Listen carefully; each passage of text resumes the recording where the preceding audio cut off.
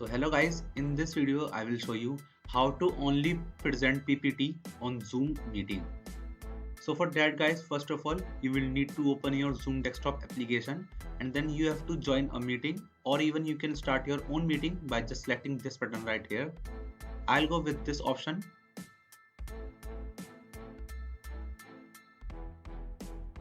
So now guys, as you can see, I'll get into a meeting.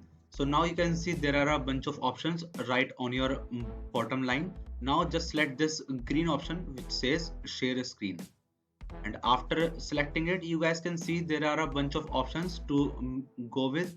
Now you just need to select your PPT and now select this share button. And now guys, as you can see, you are get on your PPT directly. And now just select this arrow button right here, and now this is how your screen will look like to the participants members of the Zoom meeting.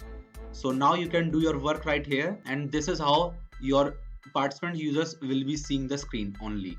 So that's how you guys can be able to only present your PPT on Zoom meetings. So that's it for the video guys. If you find this video helpful, then make sure to share it with your friends and also subscribe to our channel for more such videos. And thanks for watching.